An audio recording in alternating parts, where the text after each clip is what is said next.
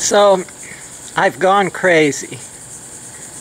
My old camcorder that I shot the rest of my YouTube channel with is in the water right there.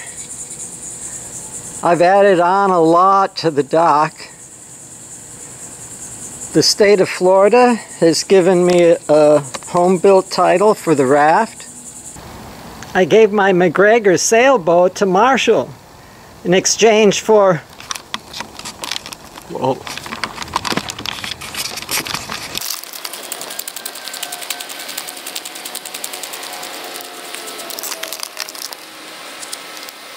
The 9to5less catamaran, so that I can take all those solar panels off of the Carver and put them on the catamaran and have solar air conditioning and solar propulsion.